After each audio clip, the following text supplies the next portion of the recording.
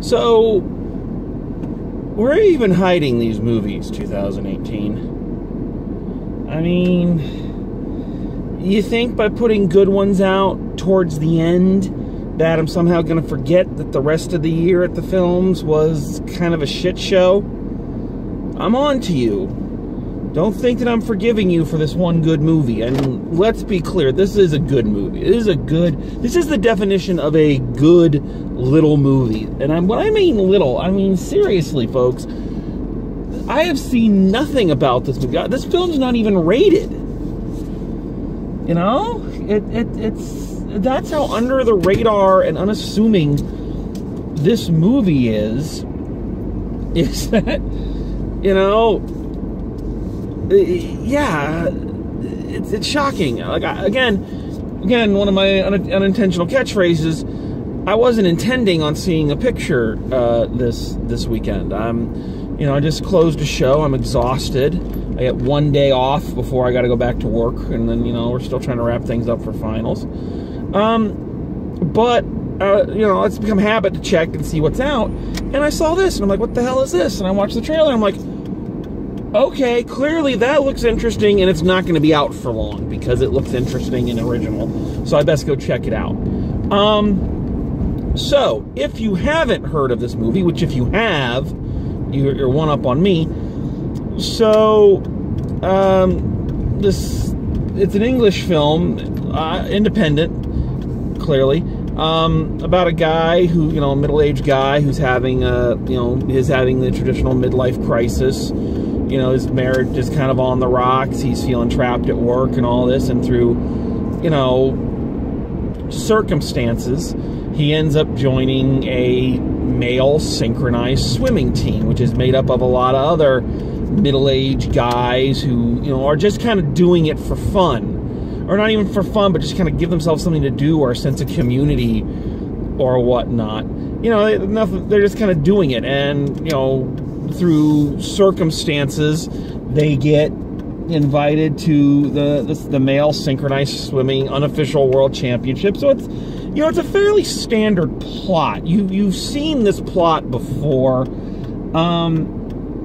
The two films it reminds me the most of, just in terms of themes and execution, is of course, City Slickers is kind of the ultimate midlife crisis movie of, you know, here I am in this, you know, in the middle of my life, and, you know, I'm not really sure what happened to all the promises and all that, and, you know, it also has a lot of the Full Monty in it. You know, Full Monty, you know, this little British film about a bunch of out-of-work steel workers deciding to become strippers that, you know, took the world by storm. And this movie has kind of that same DNA in that it's not a story necessarily about them going to win. It's about them going to just do it to give themselves some kind of sense of self-worth.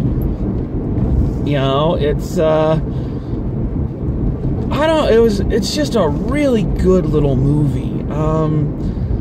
And I think what really puts it over the top, two things put it over the top for me in terms of what just kind of takes it from being a decent film to being, I think, a really good one. And first of all, it's the acting and the camaraderie of the characters. You really feel, listening to these guys talk and, you know, watching them work, that this is a group of friends.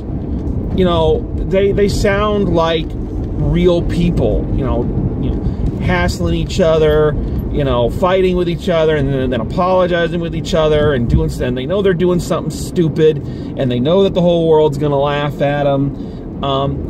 I also really like that, much like 12 Angry Men, for the most part, we don't get a lot about these people and their backstories, as you know, save for our main character. You get a little bit from some of them. You get enough to kind of understand them, and what you don't understand, you kind of guess at. But they're kind of just, you know, avatars. They're everymen, and they really play off each other well. The characters seem relatable.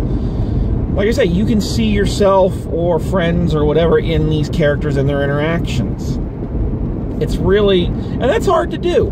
Being natural, especially having a natural friendship on camera or on stage, is not easy. You know, people would say, "Oh, that's got to be real easy." It's not. You know, friendship is born out of, you know, shared experiences and, you know, time together. It's not just something you kind of manufacture on camera or on stage. So the fact that they all do it just really easily, seemingly easily, is really, really the cornerstone of the movie. The other thing I like about this movie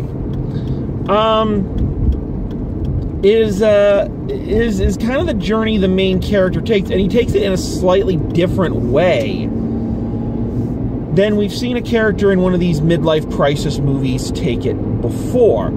Usually in one of these, you know, the wife is cheating on someone, or is cheating on him with someone, you know, or something. Basically, it's always someone else's fault. You know, I think back to American Beauty, you know, and in that, the film always framed everything like everything was everyone else's fault but Kevin Spacey's. You know, he didn't bear any blame for the way his life turned out. It was everybody else's fault that triggered it.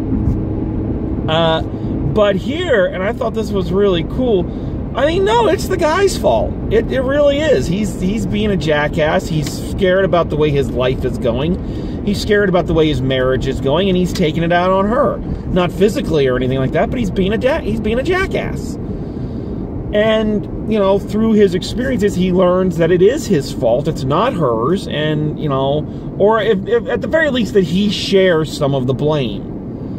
When you don't see that in these movies, these midlife crisis movies, whether they star a man or a woman, it's always the spouse who did it. It's always the spouse who, you know, is unfaithful and all this, and they're, you know, and they very rarely take the stance that, you know, in any relationship or any life, you know, everyone shares a little bit of the blame. You can't just say it's all this person's fault. And I really liked that about it. It was refreshing. It was really refreshing.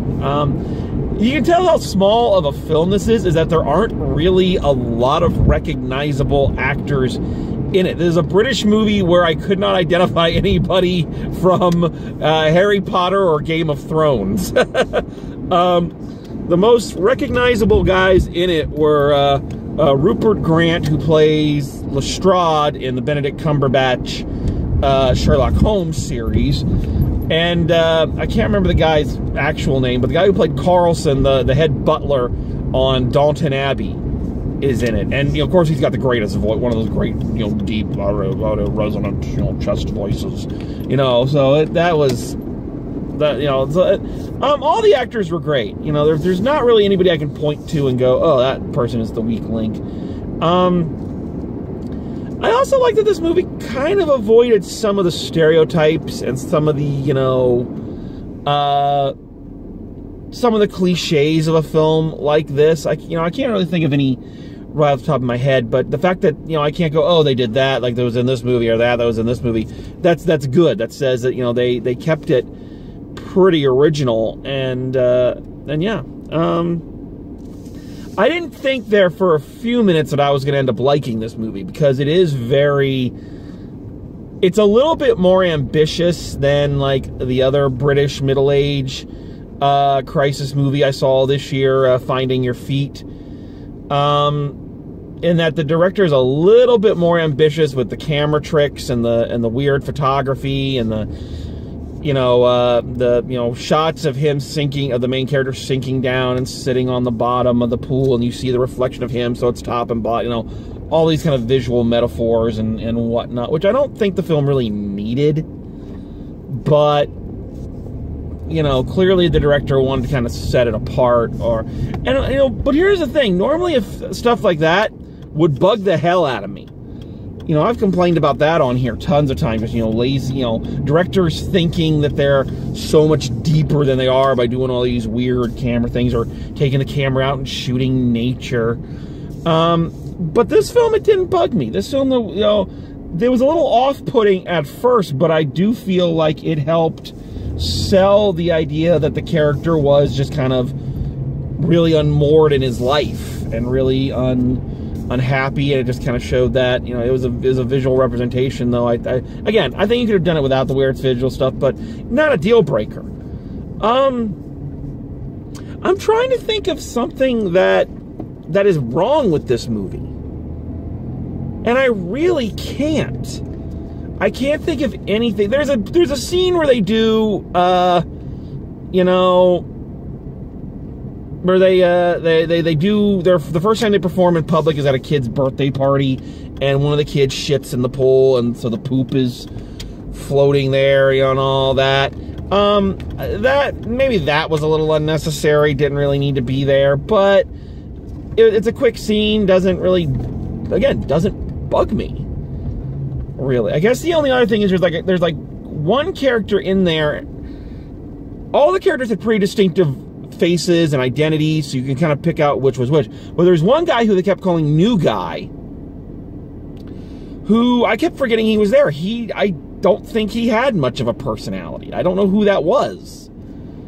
You know, so I guess that's a flaw, is that character, whoever it was, didn't really get any kind of arc or any kind of character. So yeah, so therefore anytime they did a joke with him, it didn't land, because you're like, and who the fuck are you? But that is all really, really nitpicky. I also gotta say, just as a fat man, as a guy who's trying to lose weight, actually I have to go to the gym after I get done doing this review. I gotta say, I gotta give big ups to all those guys just walking around without their shirts on and in their little trunks, you know, because I would not have the courage to do that. Not for $1 million. You know, every shirt I own is a 4X or a 3X just because I'm so embarrassed of my body. So, I mean, you know, I give them a lot of credit for kind of just, you know, doing it. I mean, that's really, and I don't know if the actors did their own swimming. I would imagine they did some of it, but I don't know if they did all of it. But, you know, that's some athletic shit they were doing. That's impressive. It was yeah, I mean, this is the problem when you have a film that you really like, but that isn't something like Creed or Avengers, not this big thing. It's a quiet, unassuming movie. It's nothing revolutionary. But, I don't know, it's been a while since I sat in a movie theater and felt like I connected with the characters on a level. And like I said, kind of one of the things they show with all the characters is that they messed up their lives. You know, Rupert Grant's character cheated on his wife with a young woman, and the younger woman ended up leaving him. So now he's living on a boat, you know, a rundown boat, and you know, all this. And you're like, okay, so this is a guy who admits that he ruined his life and is now trying to find a way to fix it. And I think that's not something. As you get older, and again, I'm not really old, but I'm middle-aged, or if I'm not exactly middle-aged, I'm about to be middle-aged, and, you know, it is kind of a thing to look back on your life and think about the choices you made, both good and bad, and just kind of go, you know, how did I end up where I'm at, for good or ill, and, what am I stuck in the places I don't want to be stuck? Can I get out of the places that I don't want to be stuck? You know, or am I always kind of going to be, right, is this where I'm at for the rest of my life? You know, it's questions that a lot of us ask when we get to a certain age. And I think this movie handles those questions and doesn't really give you solid answers. Doesn't say, oh, you know, do this and your life's going to come back together. It's kind of saying, kind of like Finding Your Feet, it's kind of saying, you know, everybody finds a way to find meaning in their life and to have, you know, happiness in their life, you know, to help get them through the tedious shit that you have to do to live, you know? Some people, you know, join dance clubs, some do synchronized swimming, some people do movie reviews that nobody watches, you know? But it gives you happiness. So, just like Finding Your Feet, I feel like that's what it's going for, is that thing of find your happiness where you can and enjoy that, you know. Matter of fact, that's even one of the big monologues, one of the big Henry V, we happy few kind of monologues that goes into this is, you know, the whole thing of, you know, stop worrying about what you don't have and appreciate the things you do. And, you know, sometimes we need to be reminded of that. I'm really happy I went and saw this. This was, I mean, to use a tired metaphor, it is like coming up under water and breathing air for the first time. This year has been so shitty at the movies. It's like, it really is refreshing to see that there are still good, heartfelt, character-driven movies out there. You know, it's nice to know. So final grade for this one, I'm gonna give it a solid A. It doesn't quite blow you away enough to be an A+, but it doesn't do anything specifically wrong to be an A-.